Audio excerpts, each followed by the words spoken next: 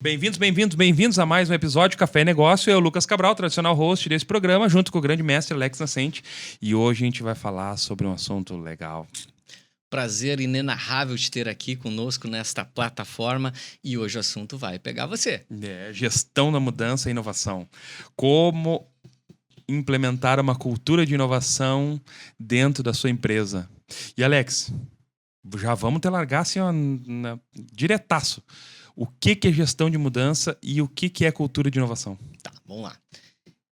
Sabe aquele jeitão da empresa? Vamos começar assim. Sabe aquele jeitão da empresa lá? Né? Do sempre pai fizemos que criou, assim? Do pai que criou a empresa e tal. Sempre fizemos assim, sempre deu certo. Então, isso é uma empresa estática. Tá? Uma empresa sem cultura de inovação, sem gestão da mudança. E aí vem o primeiro problema que eu quero já dizer para você. Porque as pessoas acabam naturalmente envelhecendo. Você vai envelhecer, eu vou envelhecer. E se a gente não cuidar com cultura, né? Desenvolvimento da cultura de inovação, a gente acaba e até mesmo pela própria idade, a gente acaba num certo momento numa zona de conforto, né? Então, só que essa zona de conforto ela pode ser uma zona muito perigosa. Porque o que trouxe a gente até aqui não significa que não garante que a gente vai levar a gente para o futuro, né? E sabe qual é o problema disso? Você pode estar perdendo terreno e não sabe. Outras empresas mais rápidas, mais inovadoras podem estar comendo seu terreno. E você não percebe. Quando você se percebe... Já é tarde. É tarde. Segundo problema, rápido aqui pra gente trazer. Não implementa uma gestão da mudança, entendeu? Da inovação, da mudança. Inclusive... para transferir a sua empresa para os filhos. Entende? Sucessão. É a sucessão. Gestão Perfeito. sucessória. Entendeu? Mas isso tem que ser feito junto com a cultura de inovação, entendeu? Sim. Porque nós estamos falando de cultura. Criar uma cultura, um ambiente cultural na tua empresa, certo?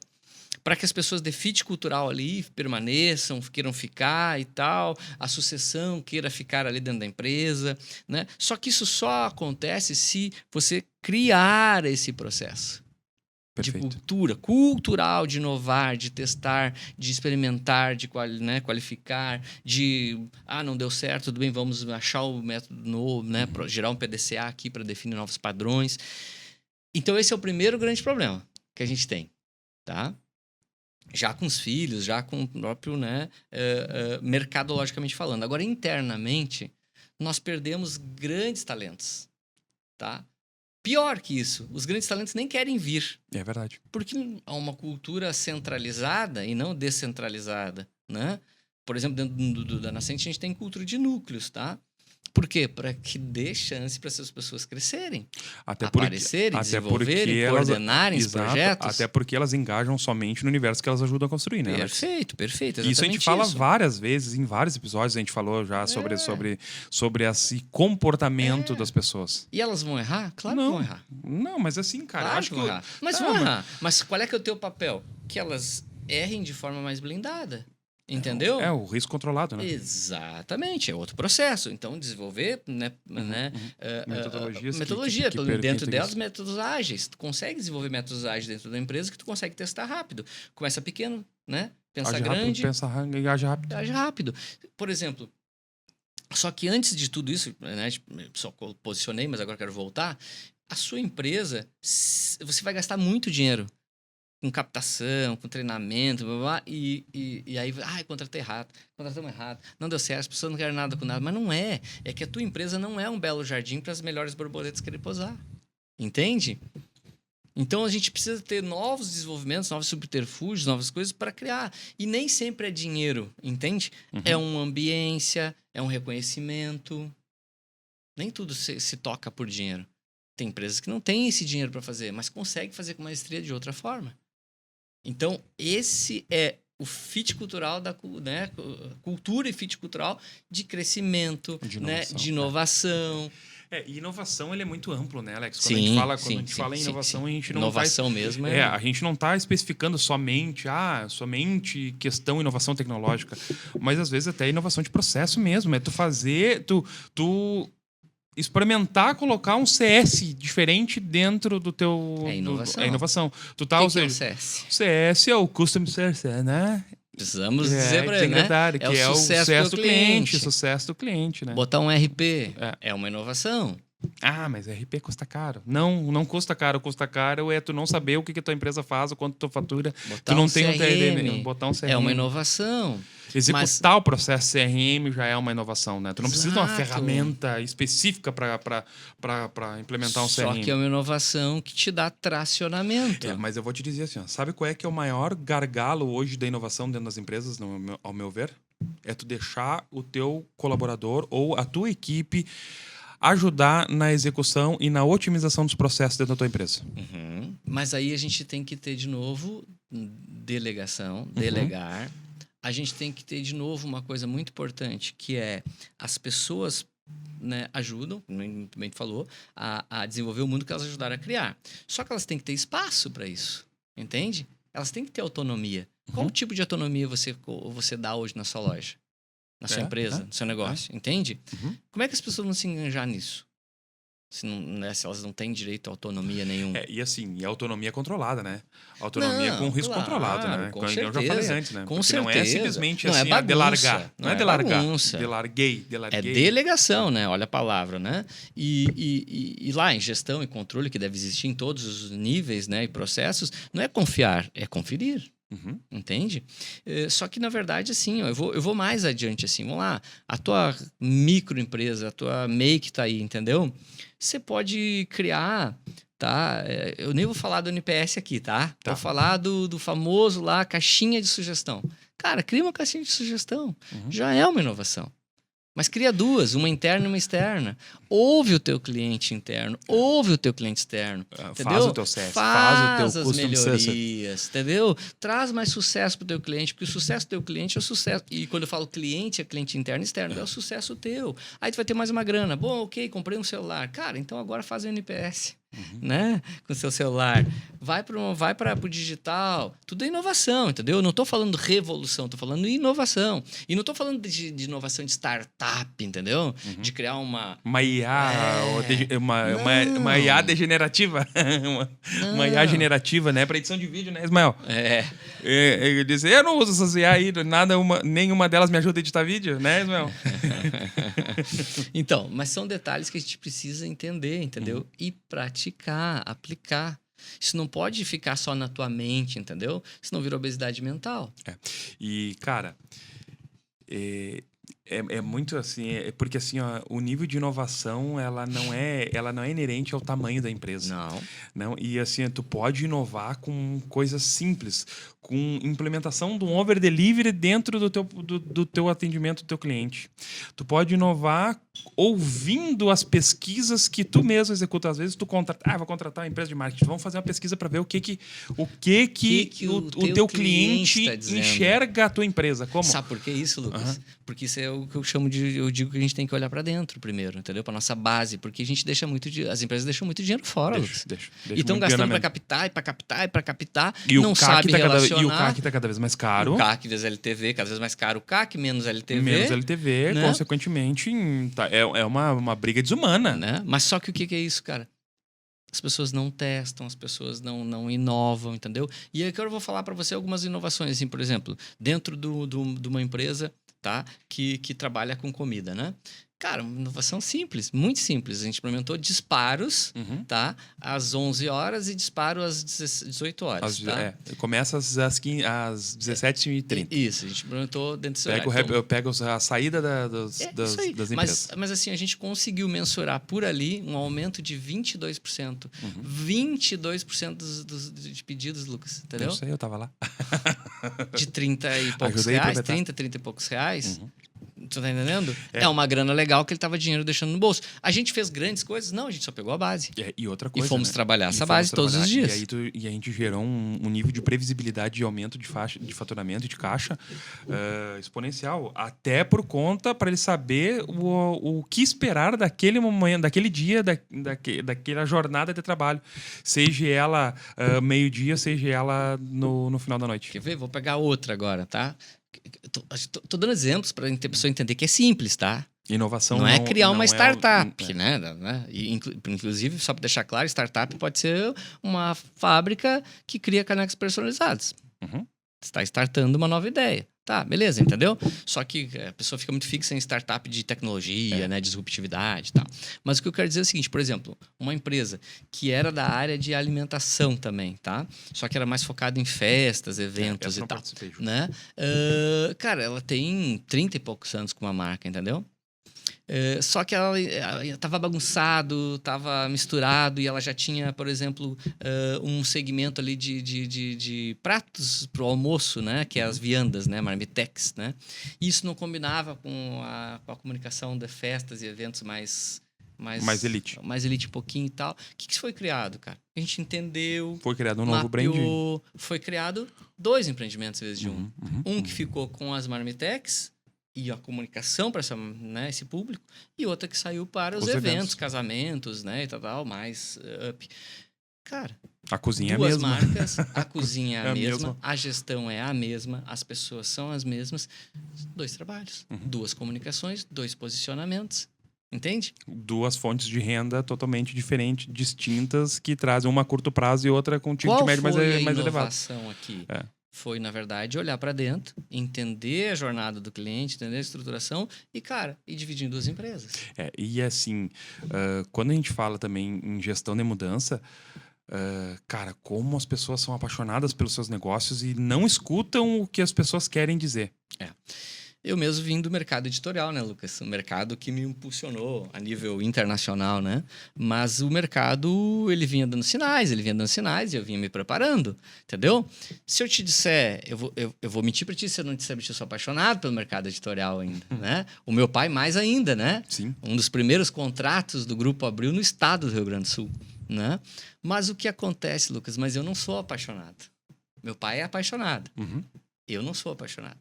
Para mim é negócio. Entendeu? Eu já vinha... É o business. É o business, é negócio. Eu já vinha pivotando o negócio há muito tempo. Quando o mercado editorial caiu aí com a pandemia definitivo, ele caiu e morreu, cara, não me impactou. Porque ele era um braço pivotado dentro do negócio. E tu já tinha pivotado, né? Ele era um braço dentro do negócio, entendeu? Como eu tenho um negócio, outros braços, não morri. Fez falta, porque era um braço, mas não morri, entendeu? Não coloque todos os ovos em uma única cesta. Perfeito. E se prepare, entenda o mercado, entenda a nuance do mercado, entendeu? Eu vou dizer uma coisa para vocês, existem 2 jeitos de fazer as coisas, tá? 2 jeitos, tá? E isso é inovação, gestão, qualquer coisa. Existe o seu jeito, o jeitão, aquele que tu quer dar e bababá, eu sempre fiz assim, bababá. E existe o jeito certo, bem acompanhado, com profissionais qualificados, com mentoria e tal. E não precisa ser a nossa, tá? Mas tem outras tantas aí. Mas existe, então, o jeitão, o teu jeitão, e existe o jeito certo, o jeito profissional, acompanhado, que você vai mais longe. Que foi criado, acho que foi no 2º ou 3º episódio com a Adriana Porto, que ela fala sobre gestão na veia, gestão de alto impacto, e ela fala exclusivamente que o processo de gestão ele foi feito para ser eterno dentro das empresas, as empresas jamais quebrarem, né? Só que a gente precisa olhar para o mercado, a gente precisa olhar para dentro da empresa, a gente precisa olhar para si. Né? Isso aí. Acho que foi o último episódio. Fazer realinhamento, né, de estratégias, enfim. Foi o último episódio, né, eu acho, Alex, que entrou no ar, né? Que a gente falou sobre gestão financeira. Se não me engano, foi. Inclusive, quero dar um abraço aí para Adriana Porto, né? Exato. Minha parceira de longa data aí, uma gestora top, tá? Tanto de pessoas como de processo. Diretora da Ubra Cachoeira, né? É isso aí. Perfeito. Te queremos aqui de novo, né, Adriana? Escala de volta. Pessoas maravilhosas assim com esse conhecimento tem que estar aqui sentado mais vezes. E Alex, e assim, ó, voltando à inovação, tá? Por que existe tanto conflito de gerações na questão de inovação? Perfeito. É uma coisa meio que até natural, né?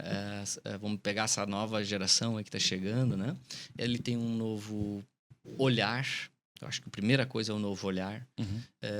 Ele tem através desse novo olhar, ele tem um novo entendimento. E uma percepção, né? Diferente. Então, através desse entendimento, ele tem uma nova ação. E o mercado muda muito. O mercado muda, ainda mais agora. A gente está vendo uma mudança muito radical nesses últimos anos, né? Entre geração Z, millennials, né? Baby borns e tal. Só que o que acontece?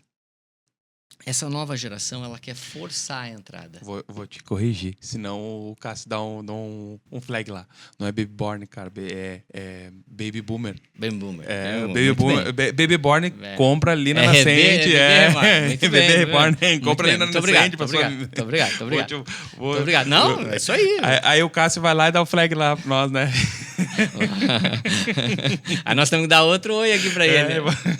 É. Mas enfim, o que é o grande dificuldade, tá? Uhum. É que essa geração vem com uma velocidade muito rápida. É. E a característica dessa geração é enfrentar, né, a geração anterior. É. Conceitos, né, o pensamento, as atitudes, entendeu? E eles são muito bons nisso, né? Muito bons nesse enfrentamento. O que eles não são bons? Na prática operacionalizada. Uhum. Eles enfrentam... Eles são muito criativos, mas eles são poucos operacionais. Exatamente. E a empresa, né, ela precisa dividir os 3 grupos, né? Operacional, tático, estratégico e os novos diretores. Eles precisam operacionalizar essa transição entre os mundos, né? Tudo porque você vai estar fora um diretor, um líder da operação, mas nunca fora nunca do operacional, mas nunca fora da operação, né? Entende? Até para tu conseguir gerir. Sim, só que isso gera muito conflito, entendeu? Uhum. Porque nós temos aqui um lado uma pessoa que trouxe a empresa e tem seu louro, a gente precisa reconhecer isso, né? Mas que às vezes pode estar um pouco obsoleto ou não. Uma geração que não respeita muito, tá? Que em vez de ser inteligente, ela é peitadora. Tá? Só que peitadora só por arrogância. Entende? E isso gera muito conflito. Eu agora, particularmente, estava num mastermind assim, onde gerou-se um conflito entre gerações de uma empresa. Tá? E a gente teve que intervir, enfim, né? Criando processos. E aí vem o nosso detalhe. A gente vai criar processos para que isso seja bem feito, entendeu? Muito bem feito. E com um spread plausível, né? Bem bacana. Por quê? Porque isso gera, porque a galera peita de qualquer jeito, ela enxerga de outro jeito, como eu falei, só que ela não tem uma consistência no outro lado, no trabalho efetivo. E aí muitas empresas, às vezes, acabam fazendo uma sucessão mal feita, né? Tanto interna como externamente, e fecham, quebram, entendeu? Trazem pessoas sem a real noção do que é a empresa, o fit cultural. O fit cultural, eu ia dizer isso aí. E às vezes a empresa ela tem um fit cultural muito intrínseco e ele não é producente. Né? É aquele pensamento centralizador, concentrador, né? Que ninguém faz igual a mim, e aí acaba sendo o maior gargalo da empresa, e aí tu não consegue nem fazer a gestão da mudança porque ele é o gargalo da empresa, e a inovação acaba ficando não acontece, a empresa acaba morrendo com o tempo, né? E a gente tem vários cases que a gente pode trazer aqui, né? A Kodak foi um, né, cara? Sim. A Nokia foi outro. Gestão de inovação. Cultura de gestão de inovação. Só que assim, ó, veja bem, vou dar exemplos práticos, tá? Dentro do Grupo Nascente a gente incentiva muito. Entendeu? Sim. A cultura da inovação, né? Claro que eles têm um spread, que eles têm que, né? Interagir. É olhar, mapear, sugerir, implementar, validar e aí otimizar, testar, otimizar e aí validar. Então e tem aí se validou do PDCA para isso. Só que assim, ó, a gente apoia, entendeu? Eu apoio o tubo de ensaio dentro da minha empresa em todos os setores, entendeu? Sim. Uns dão certo, outros dão mais ou menos certo, outros dão errado e tá tudo certo. O que não pode aqui são 2 coisas. Primeiro, cometer o mesmo erro 2 vezes. Tá? Segundo, deixar a peteca cair ou por preguiça e procrastinação. Entendeu? Né? Ou empurrar com a barriga. Entende? Então, a gente aceita a cultura de inovação, a gente acolhe super bem, instiga isso, mas a gente quer pessoas que, ao trazer isso, seja o dono da ideia. Responda pela ideia. Exato. Entende? A ideia tem que o projeto tem que ter pai e mãe. Pai ou mãe, né? Entendeu? Não pode ser uma ideia por ideia, entendeu? Não, e outra coisa, né, cara? Assim, falando em conflito de geração, a questão do disruptivo, ele é muito bacana. Ele é importante, sim, porque é uma visão diferente do que era feito até agora. Só que assim, cara, a gente tem ao longo das décadas muitas ideias sendo implementadas e acabaram sendo colocadas em desuso porque a longo prazo ela se mostrou não sendo sustentável. Perfeito. Né? Então, assim, ó, não existe. E quando a gente fala no próprio Kotler, né? Tem lá que fala tem o marketing tem o 2.0, tem o 3.0, tem o 4.0, agora tem o 5.0. Perfeito. Né? O 5.0 ele já traz algumas coisas lá do segundo. Por quê? Porque ele evoluiu, mas o que realmente se torna efetivo se mantém. Perfeito. Que Né? traz, né? Isso é interessante, assim, quando tu falou, né? Porque, vamos lá, a gente conhece muito o marketing, os 4 P's do marketing, Exato. né? Praça, preço, produto, promoção, tal, né? Mas... Depois virou pessoas, processos. Isso. E a gente vive hoje o momento dos 4 Cs, né? Então, assim... Né, contextualização, né? Então, assim, tipo, por que contextualização é importante? Porque a gente precisa trazer um marketing atrelado a um contexto que está inserido, entendeu? Então, a gente vê cada vez mais marketing customizado, né?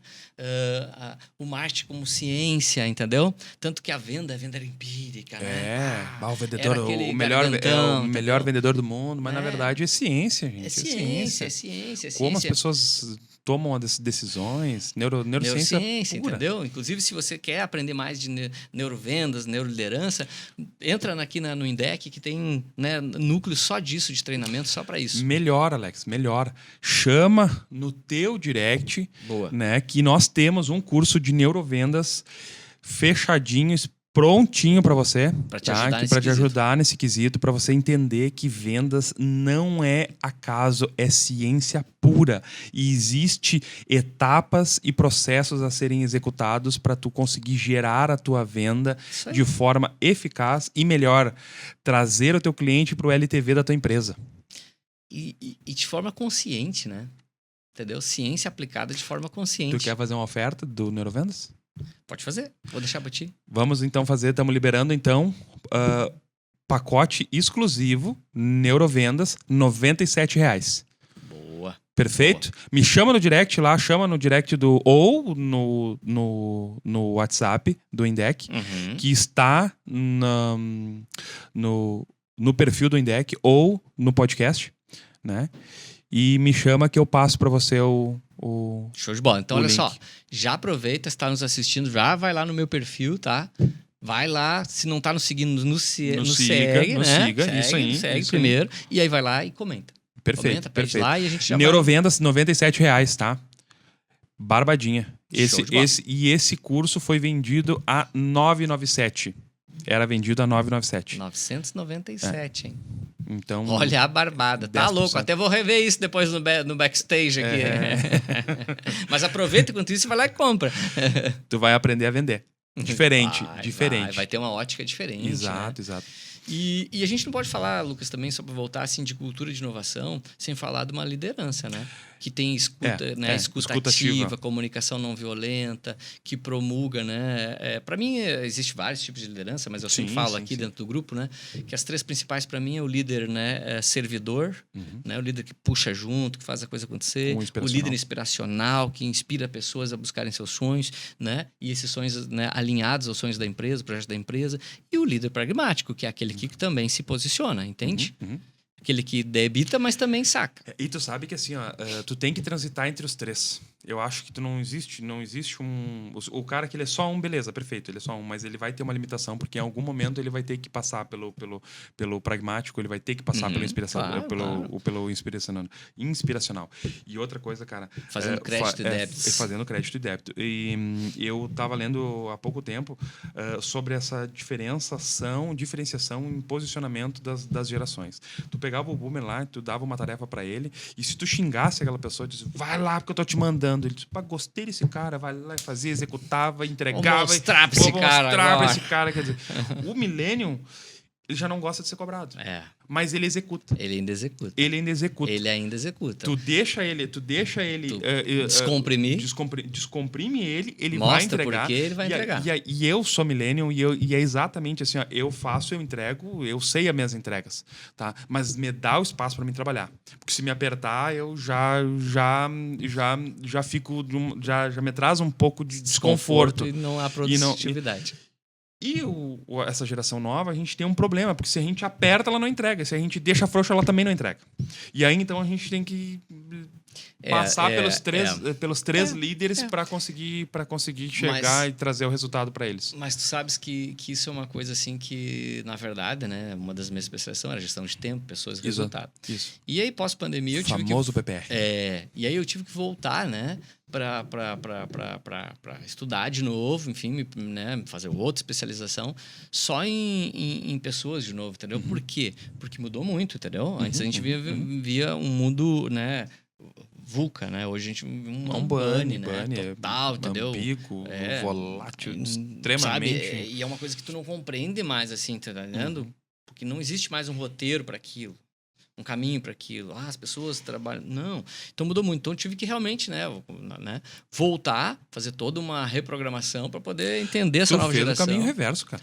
Foi isso que a gente fez. Porque realmente, tu falou muito sério, eu mesmo sou dessa geração anterior ali, né? Tinha uma cobrança, e até hoje, assim, tem sangue nos olhos, né? Tem uma cobrança, tem uma coisa, mas, cara, pra cima, né? E faço, e não levo para pessoal. Não leva pro coração. Eu não levo nada pro coração, cara. É processo, é profissional e tal, e bom pra cima e tal. E eu já quero mostrar e vou fazer, e coisa acontece. Né? Concordo plenamente quando tu diz que é tudo, porque tu é um profissional super completo, mas assim, tu precisa um tempo de descomprimir ali e tal, pra, né? E já a gurizada nova, cara, tem que realmente, muito mais veementemente, ser esses três líderes aqui que eu falei, né? O líder servidor, o líder inspiracional e o líder pragmático. Por quê? Porque se tu apertar, eles choram não fazem, tá? Estriba, blá, blá, blá. São extremamente sonhadores e nada de prática, né? E sonho sem prática... Ilusão. Total. Né? Se tu deixa solto, porque, cara, meu galo, isso aí vira Disney. Entendeu? Então, é um desafio. É um desafio real. A gente tá abrindo bem aqui porque você tá nos ouvindo e sabe o que é isso. Mas existe processo. Lá dentro da nosso escopo de liderança, a gente trabalha muito sobre isso. E a gente... Vou dar uma passagem de um grande filósofo gaúcho aqui, né? O Mano Lima, né? É que nem reponta a ovelha, né? Quando vem fraca e cansada, você aperta, ela deita e se frouxar, sai da estrada, né? É bem nessa. Né? Bem nessa, né, cara? É bem por aí. Mas, de qualquer forma, em política de, né? Vamos voltar pra gente voltar, né? Pro eixo, né? De inovação, né?